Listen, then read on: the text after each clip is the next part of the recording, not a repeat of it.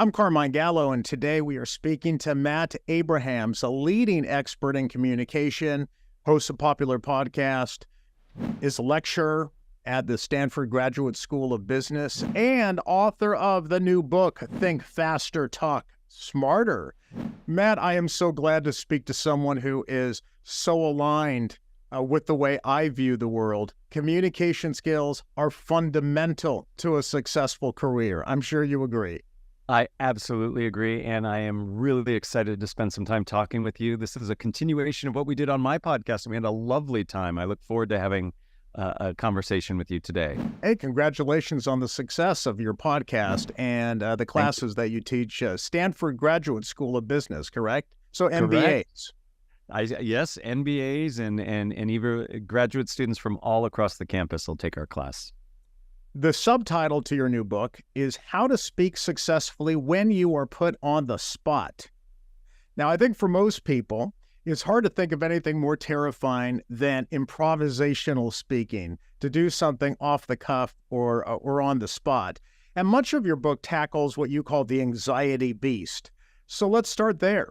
Why does the mere thought of public speaking, regardless of whether it's spontaneous or prepared, the mere thought of public speaking strikes fear into our hearts? Why? Yeah, and it's ubiquitous. Most people in most cultures experience anxiety in high-stakes speaking situations. Those of us who study this believe it's innate to being human. It's really, we put our status on trial. It's risky for us.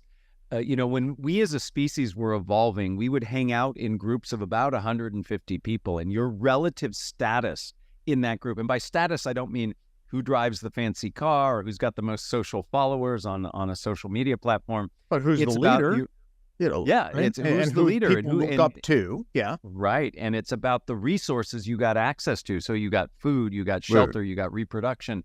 And if you had low status, you were in a bad situation. It could literally mean life or death. So what became ingrained in human beings, we believe, is this being very sensitive to when our status is at risk. And when I speak in front of others, and if I make a mistake, that can really impact me. Now, the good thing is, even though this is built into our biology, we believe, you can learn to manage it. And there are things that we can do to manage both symptoms and sources of our anxiety. So when we're in that situation, be it planned where we're doing the presentation or pitch, or in the moment where somebody asks us a question or we make a mistake and we have to recover, there are things we can do to help us feel more comfortable and confident. What's the difference between what you just mentioned, planned or prepared, and the topic of your book, which is spontaneous speaking or improvisational speaking on the spot? How is that different than preparing for a presentation or, say, a job interview? I'm preparing for it, but I may not necessarily know all the questions that are going to come my way. What's the difference between prepared versus spontaneous? Yeah, so you've actually laid out a continuum for us, Carmine, which is very useful for us to think about. So in my mind, a planned presentation, pitch, communication is one where you know well in advance that you're doing it. You have a fair degree of control over what you say, how it will be said, the environment in which it'll be said. The opposite extreme of that is where it's completely spontaneous. You're not planning to communicate. All of a sudden, you're put on the spot to do that. Maybe you're in a situation where the meeting ends early and you have a little extra time and somebody says, hey, why don't you speak for a few moments? Totally unplanned, totally unprepared for it. Yeah. And then in the middle is what you talked about with that job interview, where you know the job you're interviewing for. You might even know who you're interviewing with and the specifics of the timing, but you're not 100% sure of the questions that you'll be asked. So that's somewhere in the middle.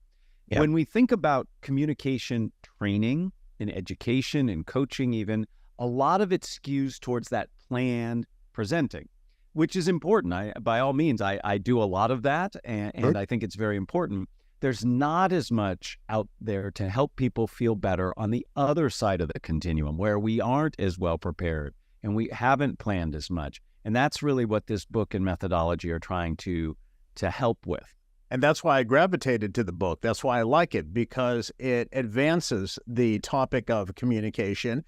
I've written books on how to give a presentation like Steve Jobs, how to give a presentation like Ted. Those are extraordinarily rehearsed and planned. And just the thought of doing something spontaneous on the spot, take the first 2 minutes of the Zoom meeting. My palms are already getting nervous, sweaty, right?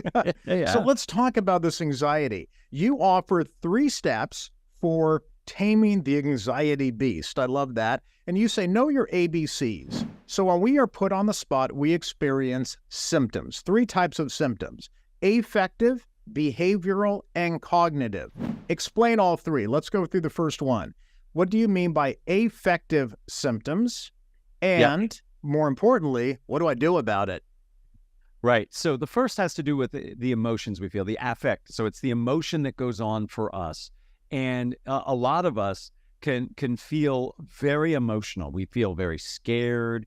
We feel very upset that we're in this circumstance. So we need to address the emotions that we feel. First, we have to give ourselves permission to feel those emotions. Many of us can be overwhelmed by our emotions in the moment. Imagine that you are asked to say a few words about a dear colleague who's either ill or has passed away. You might be swept away with grief. Maybe you're asked to explain why your project team isn't doing so well, and you might be really upset and frustrated. It could be that the big boss or bosses are in the room and you can be incredibly scared. These are the emotions we're talking about. From the world of mindfulness, and I'm sure, Carmine, you've heard of this before, mindfulness teaches us that when we have an emotion, we acknowledge it. We say, yes, I'm having this emotion, rather than trying to push it away. And by greeting the emotion and validating it, saying, yeah, it makes sense that I'm having this emotion in this circumstance because I cared about the person who passed away, or I was really committed to the project that didn't go well. And by validating that, you take some of the teeth out of it and it feels less intense. And it gives you a little bit of space to do something about it. So when you greet your anxiety, if you're nervous or whatever the emotion is, you give yourself a little sense of agency so you can do something about it. You can acknowledge it. You can take a deep breath. You can walk around the building, whatever.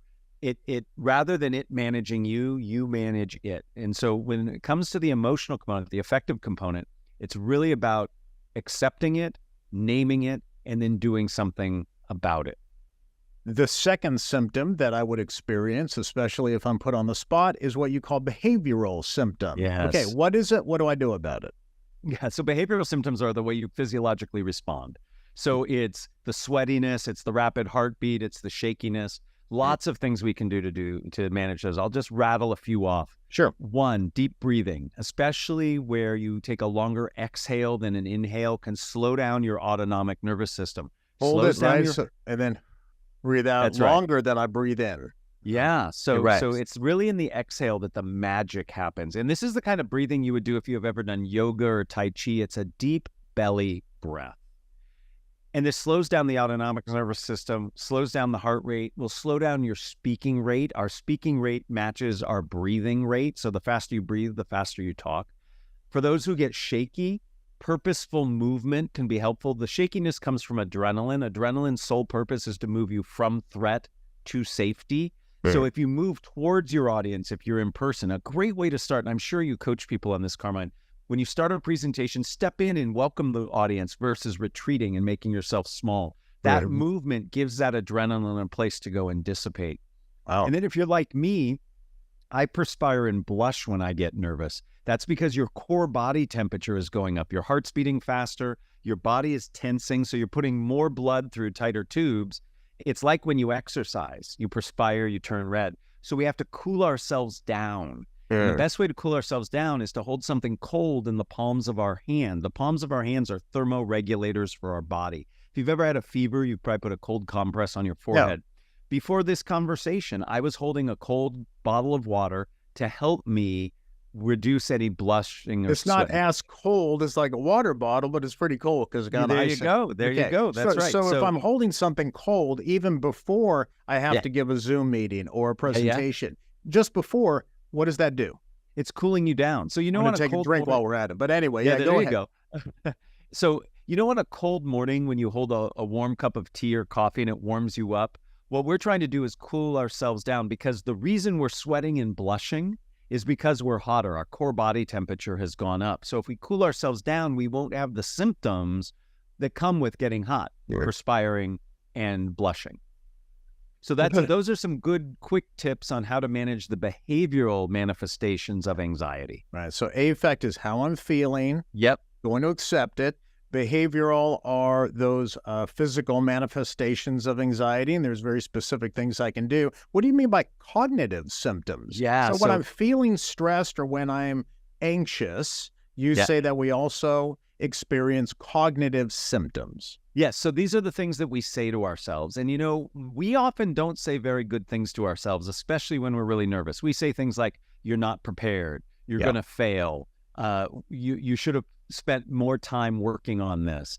So this negative self-talk gets in the way of us being successful. Right. And there are a couple ways to deal with this. A lot of it has to do with mindset shifting. So one really important thing to do is remind yourself whenever you're communicating, spontaneous or planned, you are in service of your audience. You are there for them. It's not about you, it's about them. So we take that spotlight that's shining on us where we feel like everybody's looking at us and I'm not prepared, I could have done better, I'm not as good as so-and-so. And we turn that light on our audience and say, my job is simply to help them. And when we do that, it takes some of that negative chatter away. Now, a great way also to deal with the negative self-talk is to replace it with something positive. So I'm a big fan of positive affirmation or mantras. Athletes do this all the time. If you're a professional golfer and you're coming up to a high stakes putt, you will say things to yourself like calm or steady. It's a way of focusing, and it's telling yourself what to do that's positive. So I have a mantra I use before I ever speak, when I teach, when I do something like this with you. I'll say to myself, I have value to bring. I'm not saying I'm going to be the best speaker ever. That puts a lot of pressure on me. I just think about, you invited me to be with you here today because you think I've got something interesting to say. And I just remind myself I have value to bring. And that shuts out all of the insecurities and the negative self-talk that goes on. So remind yourself you're there for your audience. Come up with something positive you can say to yourself right before you communicate. Excellent. I think those are 3 outstanding steps. They may not be the kind of thing that you can just read in a book and then the very next time you're on the spot or you're feeling anxious about communication, try to remember them. No, it's something that you have to, it's not that hard to follow these steps and internalize these steps. Yeah. Ahead of time. I'm sorry to interrupt, but I recommend that all of my students and everybody I coach create what I call an anxiety management plan, an AMP, because anxiety can actually amp you up in a positive way. I like the idea already. Yeah. And it's just like what you said, Carmine. You have to practice it. You have to test it out. You have to kick the tires on it and then hone it over time. So I have students I taught decades ago who write me and say, I'm still using that anxiety management plan.